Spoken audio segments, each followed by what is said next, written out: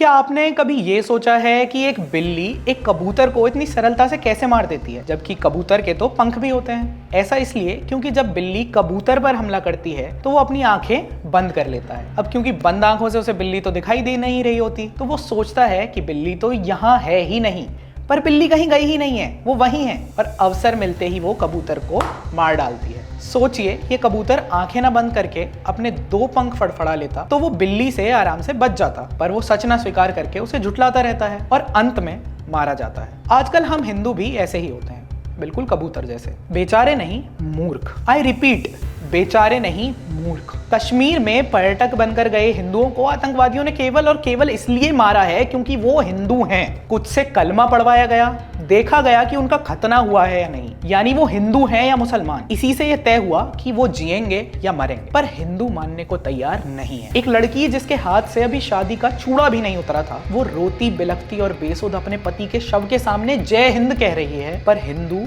मानने को तैयार नहीं है। असम के एक प्रोफेसर आतंकवादियों से बस इसलिए बच गए क्योंकि वो कलमा पढ़ सकते थे, पर हिंदू मानने को तैयार नहीं है। हमें केवल स्मरण है 1990, लेकिन कश्मीर में 14वीं शताब्दी से ही अनवरत हिंदू नरसंहार चल रहा है, पर हिंदू मानने को तैयार नहीं है। वो बस अपनी आंखें बंद कर लेता है, जैसे बिल्ली के डर से कबूतर कर लेता है। वो उसे सच नहीं मानते जो सच है, बल्कि उसे सच मानते हैं जो उन्हें लगता है कि सच है। हिंदुओं को अभी भी यही लगता है कि हमारे एकजुट भारत में अंग्रेज फूट डालकर गए थे, फिर लोकतंत्र और संविधान ने सबके मन के अंतर मिटा दिए हैं। ये तो कुछ नेता ही हैं जो हमें आपस में लड़ा रहे हैं। और क्या रखा है वंदे मातरम, जनगण मन और सत्यमेव जयते में? आइडियली तो मजहब नहीं सिखाता आपस में बैर करना हमारा राष्ट्रगीत होना चाहिए, अमन की आशा हमारा राष्ट्रगान और आतंकवाद का कोई धर्म नहीं होता हमारा ध्येय वाक्य। द शाहरुख खान सिंड्रोम और उर्दू वुड ने जो हमारे दिमाग में my name is Khan and I am not a terrorist और फायाकुन वाली मूर्खता प्रोजेक्ट की है, वही सब हिंदू सच मानकर बैठे, क्योंकि ये सब देख सुनकर अच्छा लगता है। कभी रियासी, कभी मुर्शिदाबाद,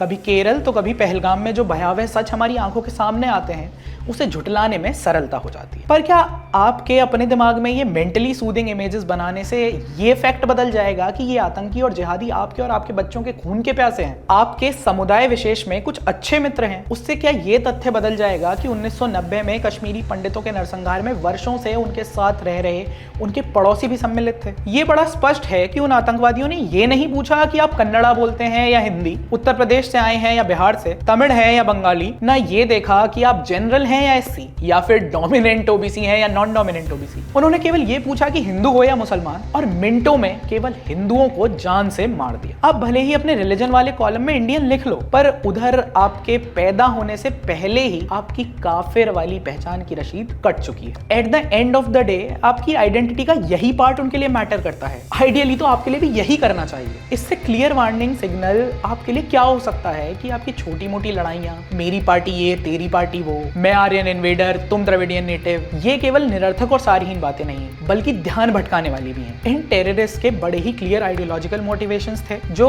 उन्हें अपनी इंटेलेक्चुअल सोफिस्ट्री से डिफेंड कर रहे हैं, उनकी भी आइडियोलॉजी है। और बस इतना ही नहीं, ऐसे भी लोग हैं जो इस मैसेकर को सेलिब्रेट भी कर रहे हैं और जस्टिफाई भी कर रहे हैं, उनकी भी आइडियोलॉजी है। इसी आइडियोलॉजी के चलते आपको इस एंटी हिंदू टेररिज्म में एक पैटर्न दिखाई देगा। इसमें हमेशा प्रोमिनेंट लोगों की टारगेटेड किलिंग्स होती है, मैसेकर्स होते हैं, कम्युनल थ्रेट्स दिए जाते हैं और नाम और धर्म पूछकर लोगों को मारा जाता है। 90s में टीकालाल टपलू, नीलकंठ गंजू और गिरिजा टिक्कू की टारगेटेड किलिंग्स। अक्टूबर 2021 में एक सरकारी स्कूल की सिख प्रिंसिपल सुपिंदर कौर और उनके हिंदू कलीग दीपक चंद की आईडी देखकर की गई हत्या। और अब पहलगाम के नाम और धर्म पूछकर हिंदुओं की हत्या में क्लियर पैरेलल्स और पैटर्न्स हैं, पर हिंदू मानने को तैयार नहीं। तब लोकल मस्जिदों से रलिव सलिव गलिव कहा गया था। अब मारे गए हिंदुओं के परिवार वालों से आतंकी कह रहे हैं कि जाके मोदी को बता देना, मरने या धर्म बदलने की चॉइस दी जाती है, धार्मिक स्थलों को तोड़ा जाता है, महिलाओं के साथ सेक्सुअल वायलेंस की जाती है और यहाँ तक कि मासूम बच्चों को भी नहीं छोड़ा जाता। ये आइडियोलॉजी और उसका एक्शन 14वीं शताब्दी में सिकंदर बुतशिकान के हिंदू नरसंहार के समय से लेकर आज के पहलगाम में निर्दोष हिंदुओं की हत्या तक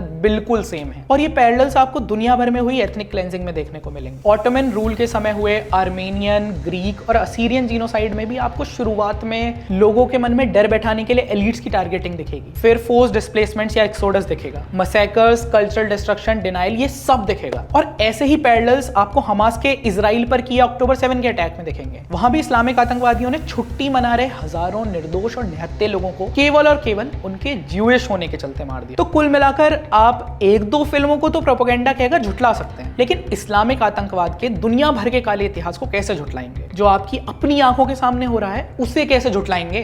कई बार मैं ये समझ नहीं पाता कि लोग इतना सब देखकर भी चुप कैसे रह जाते हैं। कैसे अपने सोने जागने, खाने पीने से लेकर और घूमने फिरने से लेकर मेकअप करने और कपड़े बदलने तक की फोटो वीडियो अपनी स्टोरीज पर लगाने वाले कॉर्पोरेट एम्प्लॉइज सच को झुठलाने के लिए बिल्कुल ही म्यूट हो गए हैं, मानो कुछ हुआ ही नहीं है। मेरे जैसे कुछ बड़बोले तब उन्हें इतिहास बताने लगते हैं तो वो कहते हैं कि गड़े मुर्दे क्यों उखाड़ रहे हो, तुम्हें समाज में शांति नहीं पसंद है क्या? इस पर पहली बात तो ये है कि अगर कब्रिस्तान पर अपना घर बनाओगे तो उसमें भूत तो नाचेंगे ही ना। हमने कभी अपनी सही हिस्ट्री और उसके सच को एक्नॉलेज ही नहीं किया है और इसीलिए हम आज तक उन्हीं परेशानियों से जूझ रहे हैं जिनसे सदियों पहले जूझ रहे थे। दूसरा, पीस एक बहुत ही ओवररेटेड कॉन्सेप्ट है जो ऑलरेडी पीस हो चुका है। Ukraine Russia, Israel Palestine, Armenia Azerbaijan, दुनिया भर में जंग छिड़ी हुई है और कितना रिजीम चेंज केओस हो रहा है, वर्ल्ड ऑर्डर बदल रहा है और तब तक हमें ये क्लैरिटी नहीं आती कि हम कौन हैं, हमारे मित्र कौन हैं और शत्रु कौन है।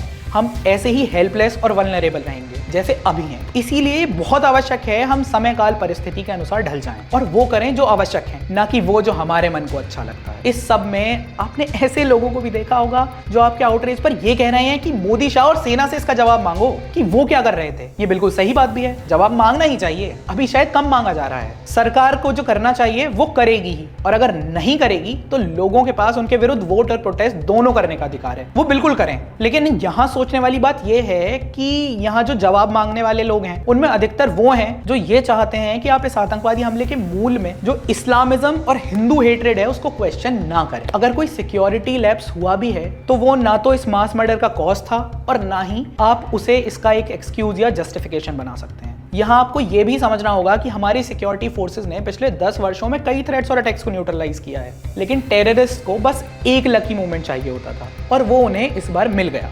आइडेंटिफाई किए गए टेररिस्ट में 2 टेररिस्ट लोकल कश्मीरी मुस्लिम्स हैं। इस सब में कौन सी बात उन लोगों को समझ नहीं आती जो इस हमले का ब्लेम सेना और सरकार पर शिफ्ट कर रहे हैं, ये मेरी समझ से तो बिल्कुल परे है। पर हाँ, ये भ्रम या परसेप्शन अब टूट चुका है कि कश्मीर में सब ठीक चल रहा है। सरकार को इस पर क्या करना चाहिए और क्या नहीं, ये मेरे और आपके इमोशनल रेंज से कहीं अधिक कॉम्प्लेक्स और स्ट्रैटेजिक है। इस पर एक्सपर्ट्स के ही सुझाव महत्वपूर्ण हैं, मेरे या आपके ट्रिगर्ड रिएक्शंस नहीं। भारत सरकार ने इंडस वाटर ट्रीटी को सस्पेंड करके रिटेलिएशन की एक अच्छी शुरुआत कर भी दी है। मोदी जी ने भी बिहार से देश को इस क्रूरता के न्याय और बदले का आश्वासन दे दिया है। अब आतंकियों की बची खुची जमीन को भी